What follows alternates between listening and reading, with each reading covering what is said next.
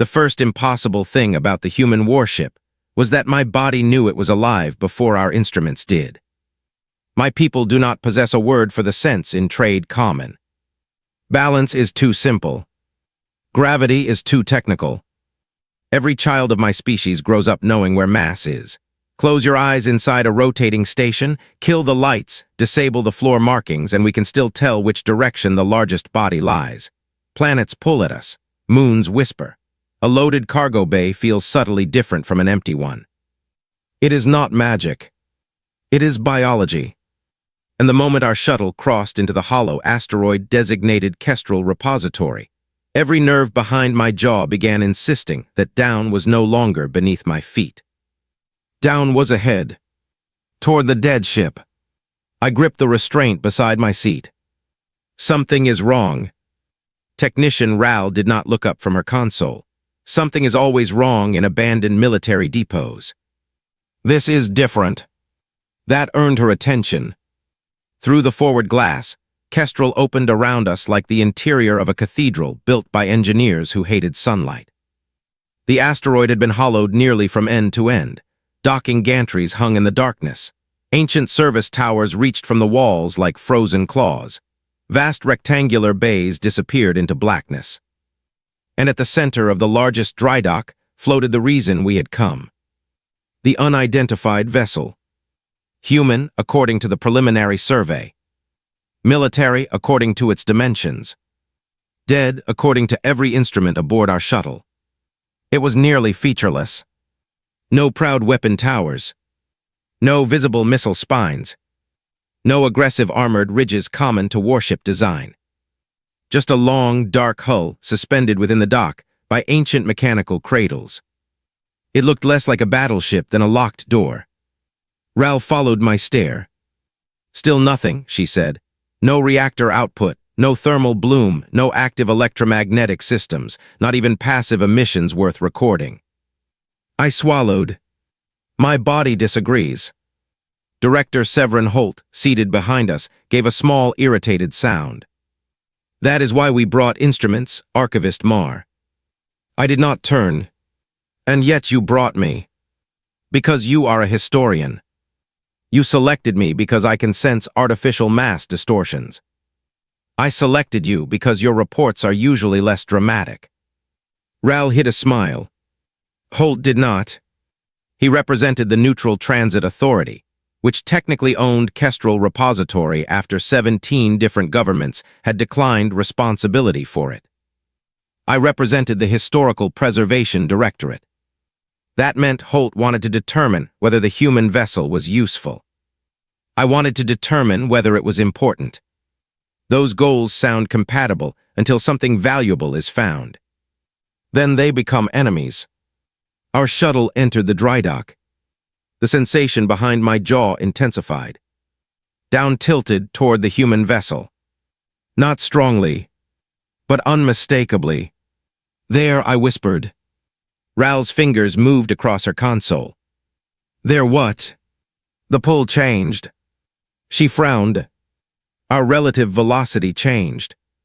No, the direction changed before the shuttle turned. That finally silenced Holt. Ral began isolating sensor channels. We drifted closer. The human ship remained completely dark. Yet my body insisted some tiny internal system was maintaining an orientation field against the slow rotation of the asteroid. Something aboard that supposedly dead ship still knew which way it wanted to face. Ral stared at her readings. Then she whispered, "That's impossible." Holt leaned forward. What? There's a mass compensation field. How powerful? Barely measurable. Then why did our primary scan miss it? Because it isn't stabilizing the ship. She magnified a diagram. It's stabilizing something inside it. I looked through the glass again. A dead warship. In a dead dock. Maintaining orientation for something hidden deep within itself. Holt stood. Prepare boarding. I should have objected. Later, I would replay that moment many times. Not because boarding was reckless. Under the law, we had every right. Not because there had been a warning. There had been none. Not because the vessel looked dangerous. It did not. I would replay it because history often changes direction at moments that feel procedural. A signature, a docking clamp, a technician saying pressure equalized, a door opening. Nothing dramatic, until everything afterward becomes divided into before and after. The human airlock opened without power. Mechanical emergency release. That reassured everyone except me. Inside, the corridors were preserved almost perfectly. Not clean. Preserved. There was dust. There were marks along the walls.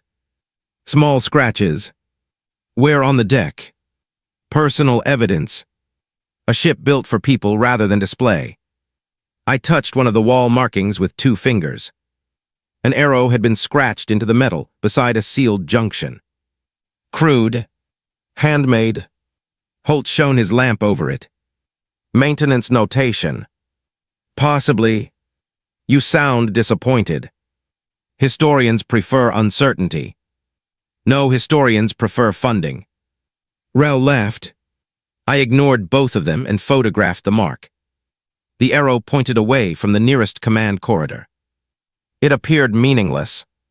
We found dozens more, all manually carved, all pointing in different directions. No labels, no numbering, nothing explaining what they meant. Deeper in the vessel, something else became clear. It was far too empty for a warship. Not empty of furniture, empty of weapons. We passed compartments that should have contained magazines, missile control stations, fighter support systems. Instead, we found relay equipment, hardened communications conduits, signal routing architecture, shielded computation cores, navigation arrays built with levels of redundancy that bordered on obsession. Ral became increasingly quiet. This isn't right. What? Holt asked. She ran a scanner across a bulkhead. This ship has the internal volume of a capital combat vessel, but maybe a quarter of that space is dedicated to direct combat. Perhaps the weapons were removed. No. She pointed toward the cables buried behind the wall.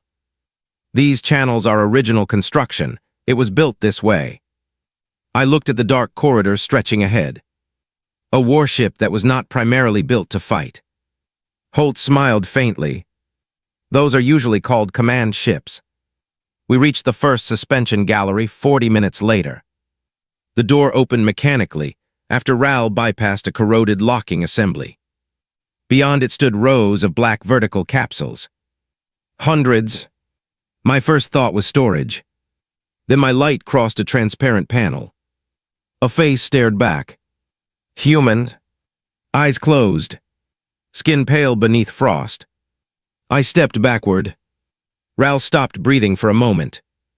Holt said nothing. We had expected ruins. Records. Possibly remains. Not people. I approached the capsule slowly. Life signs. Ral lifted her scanner. A long silence. Then, yes. Holt turned sharply. Impossible. Minimal cellular activity, artificially suppressed. How many? Ral scanned the room. Then the next row. Then the next. Her voice dropped. All of them. The dead human warship was full of sleeping humans. History ceased being an abstract discipline in that moment. There is a comfortable arrogance in studying the dead. They cannot interrupt. They cannot tell you your interpretation is wrong. They cannot ask why you opened their tomb. I moved closer to one capsule. A small plate remained fixed beside it. The human lettering had partially degraded, but our translation software recovered enough. Commander MARAVY. Strategic Operations.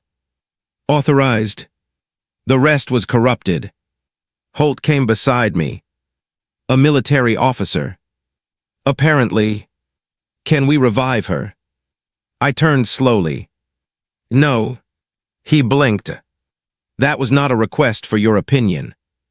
These people have been unconscious for centuries, which is precisely why speaking to one could answer questions no archive ever could. They are not archival material. You are an archivist. That is why I know the difference. Ral interrupted. Director. Her voice had changed. Fear does not sound the same across species, but urgency does. We turned. She stood at an opened service panel connected to Commander Vey's suspension capsule. A diagnostic cable hung from her hand. I think I woke something. Every light in the gallery flashed once. Not bright. Not dramatic. One pulse. Then darkness. Holt stepped toward her. What did you do? I connected passive diagnostics. Passive. It should have been. A faint vibration passed through the floor. My mass sense shifted. Down changed direction. Not toward the center of the vessel anymore. Toward the capsule. I stared at Mara Vey. Frost began melting from the glass. Ral whispered, "Oh no." The capsule opened. Cold vapor spilled across the floor. The human inside fell forward. I caught her before her head struck the deck. She was heavier than she looked. Her muscles barely responded. Her breath came shallow and ragged. Ral dropped beside us with medical equipment. Mara's eyes opened. Gray. Unfocused. She looked at me. At Ral. At Holt. Confusion crossed her face. Then training buried beneath centuries of sleep took control. Her hand closed around my wrist. Weakly, but deliberately. What ship? She rasped. I leaned closer. You are aboard your own vessel. Her eyes sharpened. What ship? We do not know its proper name. Holt answered. We believe it is human. Mara looked at him as though deciding whether he was stupid or dangerous. Then she turned to the wall. Her gaze found a faded panel. Recognition hit her. Covenant. Ral checked her pulse. Commander, you need to remain still. Mara ignored her. Covenant of Ash. The name seemed to change the room. Not because I recognized it. I did not. Because she did. Her face tightened with sudden terror. She tried to stand. Her legs failed. I held her. What happened? She grabbed my clothing. Did the ship transmit? Holt frowned. Transmit what? Anything. Ral looked toward her scanner. During your revival, there was a burst. Mara went completely still. What kind? Extremely narrowband, directional. How long? Less than a second. The human closed her eyes. For one heartbeat, she looked merely exhausted. Then she whispered, You have to kill the relay. Holt stared. Excuse me. Mara opened her eyes again. Now, you have been unconscious for. I don't care. Her voice cracked. The relay, communications spine, primary authentication bus. Destroy it. That equipment may be historically unique. Mara looked directly at me. You're the historian. Yes. Then record this. She pointed weakly toward the ship around us. This vessel was supposed to stay asleep. A distant tone sounded. One note. Deep. Almost below hearing. My jaw burned. Down shifted again. Somewhere far beyond the asteroid, something massive had changed state. Ral checked her portable display. Her expression drained. We're receiving an external response. Mara whispered a word in human I did not understand. I asked for translation. The system offered. Damn. That translation, I later decided, was probably accurate. We moved Mara to the nearest functioning medical compartment. There was still almost no ship-wide power, but local emergency cells had begun waking one by one. Not an AI. Not a personality. Nothing spoke to us. The vessel simply began behaving like machinery receiving instructions from a world that no longer existed. Holt demanded answers. Mara demanded tools. I watched both. Where is the response coming from? Holt asked. Ral projected a map. Outside Kestrel. How far? Several light minutes. Ship. I don't think so. Mara pulled herself upright despite Ral's protests. Show me. The map rotated. A dead star system appeared. A region used for commercial transit because nothing strategically important existed there. Ral highlighted a point. This object activated 4 minutes after your capsule opened. Mara's face changed. Recognition. Then dread. How much output? Unknown. Traffic. Holt answered. There are civilian corridors throughout that region. Mara swore again. I crouched beside her. What activated? She looked at me. For several seconds, she seemed to be deciding how much truth we had earned. Finally, a line node. What line? The quiet line. Holt's expression sharpened. Military infrastructure. Mara laughed once. There was no humor in it. That depends how much you enjoy understatement. More data arrived. Ral read rapidly. Navigation disturbances. Several civilian vessels reporting transit solution failures. Mara pushed herself off the medical platform. She nearly collapsed. I caught her again. She pulled away. Relay Corps. You cannot walk. Then carry me. Holt stepped between us. Commander Vey, before anyone destroys anything aboard this vessel, you will explain what we have discovered. Mara studied him. What are you? Director Severin Holt, Neutral Transit Authority. Government. Independent Intersystem Authority. Military. No. That's better. His mouth tightened. Why? Because if you were military, we'd already be fighting about who gets to own it. Holt folded his arms. Own what? Myra looked at the map. The reason my war ended. Nobody spoke. She turned toward me. You thought this was a battleship. Yes, it was. But most of its internal architecture is communications. It didn't need guns. Holt's eyes narrowed. You said it ended your war. Myra nodded. The quiet line was distributed across strategic transit corridors. Thousands of autonomous denial stations, hidden relays, navigation disruptors, gravitic anchors, jump interdiction systems. Ral stared. That scale would require... Yes. Mara did not let her finish. More infrastructure than any sane government should build. What did it do? I asked. It stopped fleets from moving. Holt looked toward the map. Destroyed them. No. Then how? Made coordinated transit impossible. Her breathing steadied as she spoke. The officer inside the weakened body was returning. An invasion force jumps toward one system and half the ships arrive somewhere else. Reinforcements lose synchronization. Navigation corridors close. Command relays get isolated. Strategic formations become local fleets, stranded hundreds of light years from support. Ral whispered, you turned distance into a weapon. Myra looked at her. Exactly. Holt stepped closer to the map. And this network still exists. Parts of it. You know that. One just answered me. Holt turned. Answered you. Myra's jaw tightened. There it was. The piece she had not wanted to say. I understood before Holt did. You are not simply its commander. Myra looked at me. No. What are you? She touched 2 fingers to her temple. Authorization.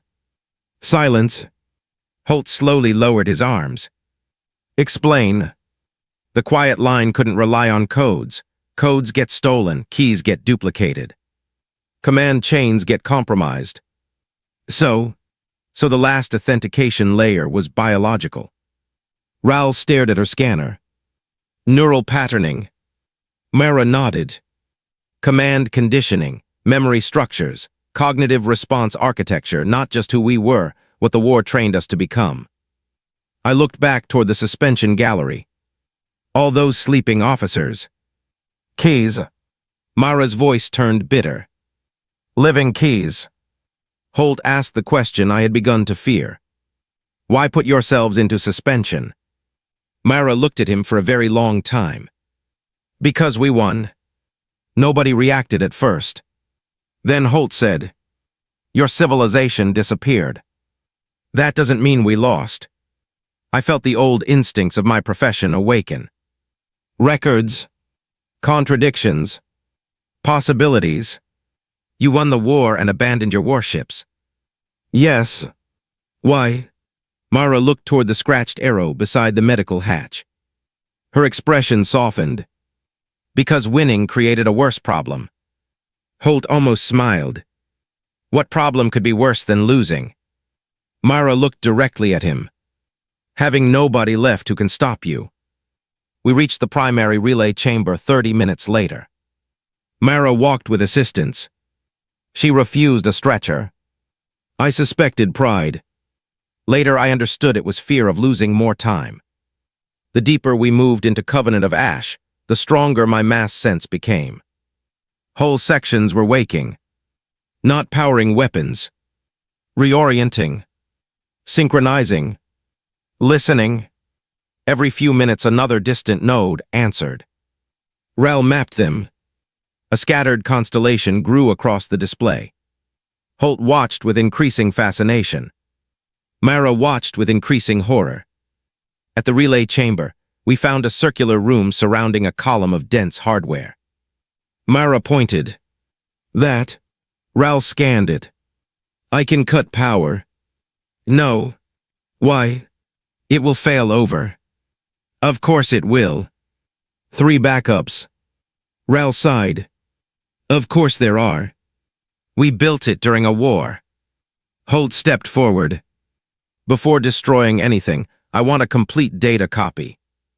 Mara rounded on him. No. This system may currently be interfering with civilian traffic. Understanding it could save lives. Then help me shut it down. And afterward it stays shut. You are asking us to destroy infrastructure capable of preventing fleet movement across populated space. Yes. Holt looked genuinely confused. Why? Mara laughed again. This time there was sadness in it. You really don't see it. I see a system capable of preventing invasions without mass casualties. So did we. That sounds like an achievement. It was. Then what changed? Mara stared at him. We ran out of enemies. Holt said nothing.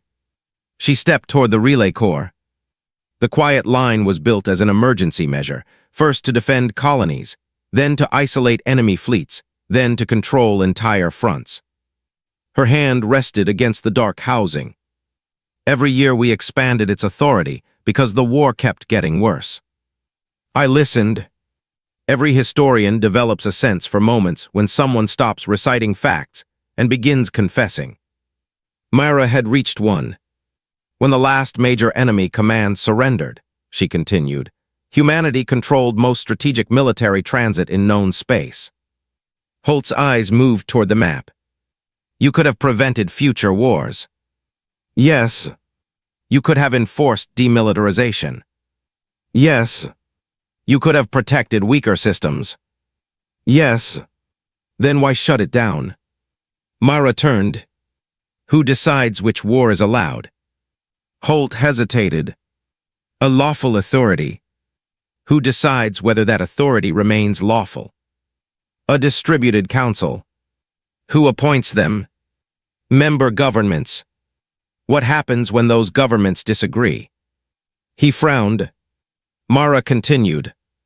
What happens when your council decides one species is too dangerous to move warships at all? What happens when a rebellion starts? Are rebels terrorists? Are they civilians?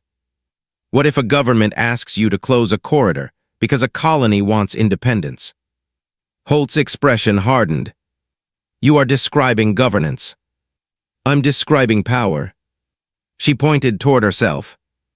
And I woke up with enough authority buried in my skull to decide whether fleets can cross half the galaxy. Nobody answered. That, Mara said quietly, is why we went to sleep. A new alarm sounded. Ral checked her scanner. Another node active. Mara closed her eyes. We're running out of time. Ral approached the relay core. I can physically sever this chamber. Not enough. Why? Because Covenant will reroute through secondary command. Then destroy the ship. Mara looked at her.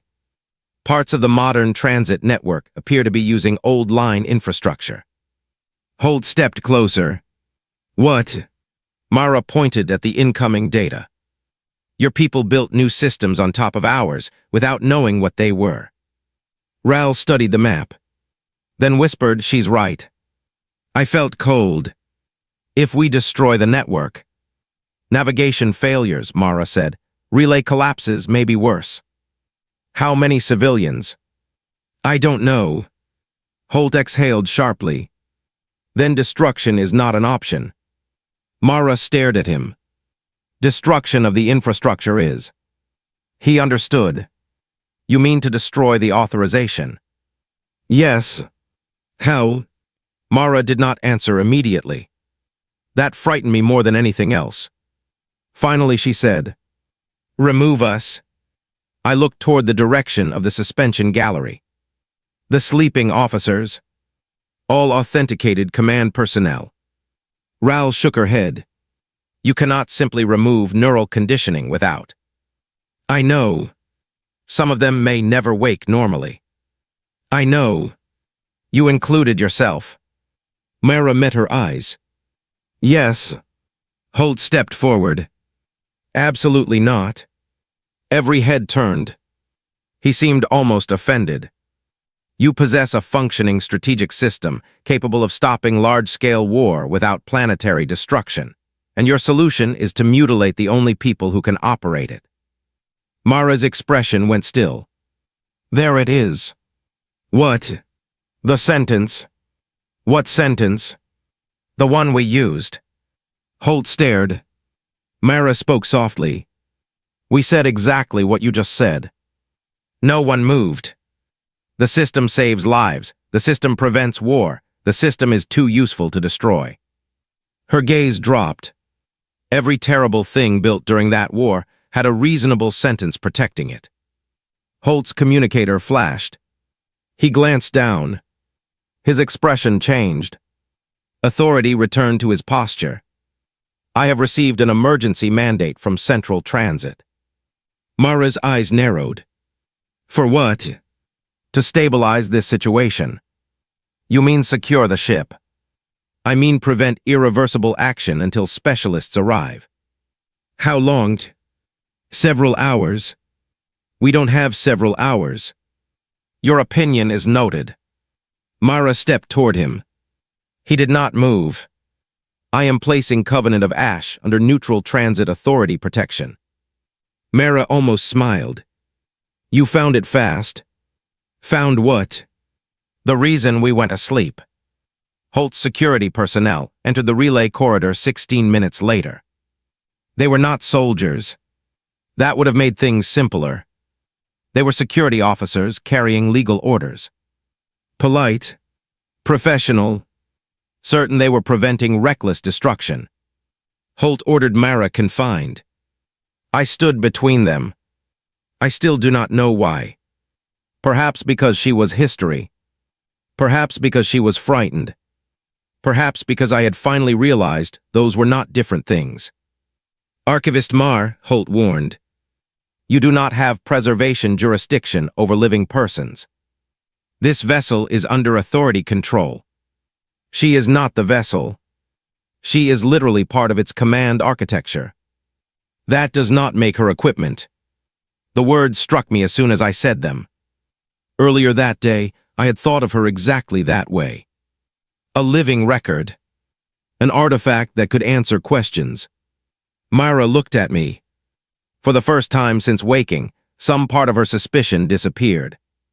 Holt raised a hand. Enough. The ship woke. Not gradually. Not violently. Every wall display illuminated at once. My mass sense lurched so violently that I dropped to one knee. Down vanished. Then returned in a dozen directions. The entire vessel was reorienting internal compensation fields simultaneously. Ral grabbed a console. Power surge. Mara shouted, "No, authentication completed." The displays changed. Maps appeared. Not ordinary star charts. Lines. Thousands of them. Transit corridors. Military routes. Ancient strategic regions laid over modern civilian infrastructure. One after another turned white. Then gold. Then red. Ral stared in horror. What does red mean? Mara's voice was almost inaudible. Command available. Holt looked around the chamber. He understood. So did I. Covenant of Ash had awakened. Not as a gun. As a throne. A single command interface rose from the center of the chamber. Human letters appeared. Our translator rendered them. Strategic authority restored. Commander MARAVY. Awaiting directive. Holt took one involuntary step closer. Mara stepped backward. That difference mattered. The security officers looked toward Holt. Director. He swallowed. Then spoke carefully. We stabilize it. Mara shook her head. No. Commander. No. Think about what this system could prevent. I have. You are reacting to a government that died centuries ago. I am reacting to you. His face hardened. I am attempting to preserve civilian safety. And tomorrow? What? Tomorrow, when some government threatens a war. This system could stop it. And the next day. That is irrelevant. No, that is the only thing that matters. Holt moved toward the interface. Mara caught his arm. She was still weak. He pulled free easily. Security moved between them. Ral shouted from the relay console. The network is requesting continuous biological confirmation. Myra looked at me. Now, what? The archival interface. I followed her gaze. My equipment remained connected to the human systems. Hours earlier, I had established a preservation bridge to copy records. It now provided Holt's technicians a clean path around several damaged security layers. My archive. My perfect historical record. The first complete human strategic record recovered in centuries. Myra understood before I did. You have to destroy it. My throat tightened. There are records in that system that exist nowhere else. Yes. Names, testimony, battle histories. I know. We may never recover them. I know. I looked at Holt. His technicians were already using my bridge. I had spent my entire career saving fragments from oblivion. My profession is built around one sacred belief. Once knowledge is lost, it cannot defend itself. My hand hovered over the emergency purge. Then I remembered Mara inside the capsule. History unable to defend itself. Because history had been alive. And we had called it property. I activated the purge. Holt shouted. My archive core overloaded. The display went white. Then black. Years of technology screamed once and died. The bridge collapsed. Holt spun toward me. Do you understand what you just destroyed? Yes. Why? I looked at Myra. Because some records are not worth more than the people trapped inside them. Her expression changed. Only slightly. But I saw it. Payment. Trust. Ral shouted. There's still a local command path. Holt moved. He reached the central interface before Mara. The system scanned him. Access DNID. He turned. Mara. No. You need only authorized temporary administrative control. No. You could monitor every use. No. You could require consensus. No. You could build safeguards. Myra looked exhausted. Not physically. Historically. As though she had heard every argument centuries before. Holt's voice softened. This network could save billions. Myra walked toward the interface. Yes. He blinked. She placed her hand against it. That's why it's dangerous. The system recognized her. Command authority confirmed. A menu unfolded. Transit regions. Denial zones. Fleet isolation. Corridor closure. Emergency strategic control. I felt my body pulling toward the command station as field after field synchronized around us. For one impossible moment, Mara Vey could have commanded the movement of military power across civilization. She stared at the options, then selected none of them. Instead, she opened a maintenance layer. Ral understood first. You found the severance protocol. Myra shook her head. No. Then what is that? A workaround. Is it safe? No. Will it work? Probably. Holt surged forward. Security hesitated. Their orders had become less simple. Mara entered a human command sequence. The ship warned her. Neural authentication damage expected. Command capability may be irreversibly lost. She accepted. Holt grabbed her shoulder. Stop. Myra looked at him. Why? Because once you do this, nobody controls the line. Yes. That is madness. No. She smiled faintly. That's trust. She executed the command. Mara screamed. Not dramatically. Not like fiction. A short, raw sound pulled from someone whose nervous system had become a battlefield. She collapsed. I caught her. Again. Across every display, red strategic corridors flickered. Gold. White. Then gray. Authentication chain invalid. Strategic command unavailable. Holt stared at the screens. You destroyed it. Mara shook violently in my arms. Rel dropped beside us. No, Mara whispered. Her voice was barely there. I made sure nobody owns it. The quiet line did not vanish. Civilian navigation remained active. Relays stayed functional. Ancient stabilizers continued performing tasks newer civilizations had unknowingly built around. But the command layer was gone. No species could close the galaxy's roads by asking one human officer. No council could inherit humanity's old throne. No empire could steal it. Covenant of Ash remained awake. Its lights stayed on. Its systems hummed. For the first time, however, my mass sense no longer pulled toward the command core. The ship had become only a ship. Mara survived.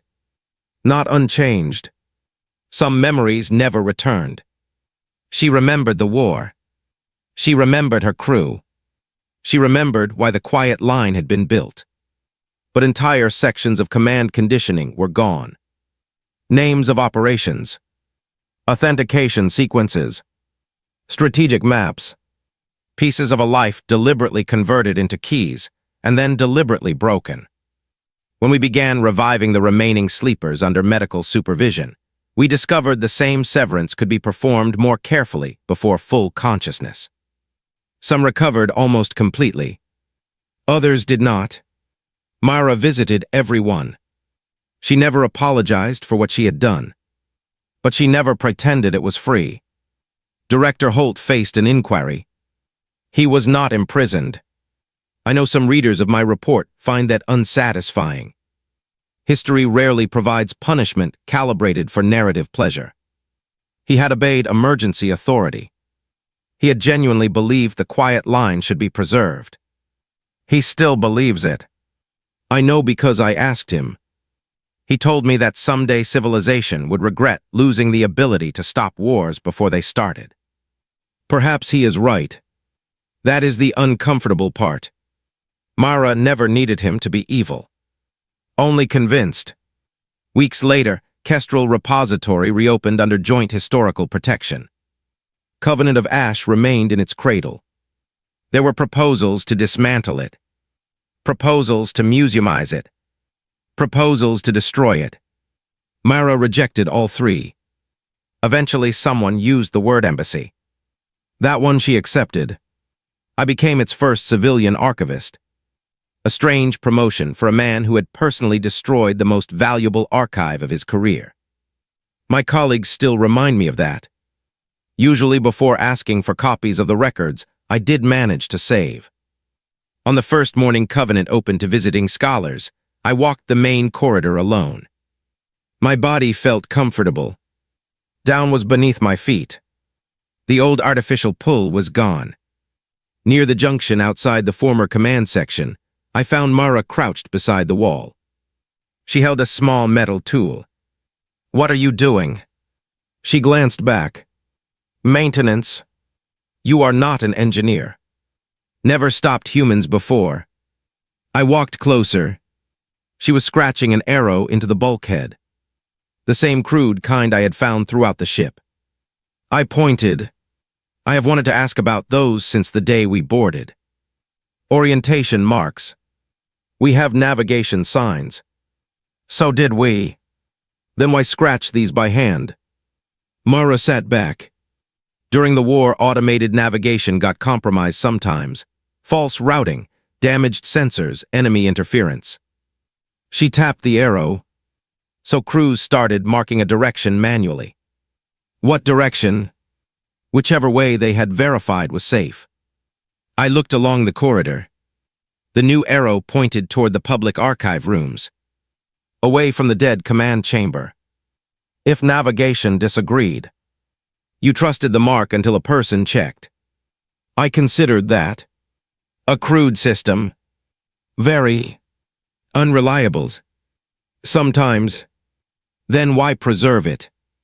Mara stood slowly. She still moved carefully since the severance. Because machines are very good at telling you where they can go. She looked toward the former command chamber. People still have to decide whether they should. Visitors began entering the ship behind us. Scholars, engineers, students, representatives of species whose ancestors might once have fought humanity. None carried weapons. None bowed. Nobody trembled. For generations, civilizations had preserved fragments warning that dormant human warships should never be awakened. They had imagined hidden cannons, sleeping armies, ancient machines waiting for permission to finish forgotten wars.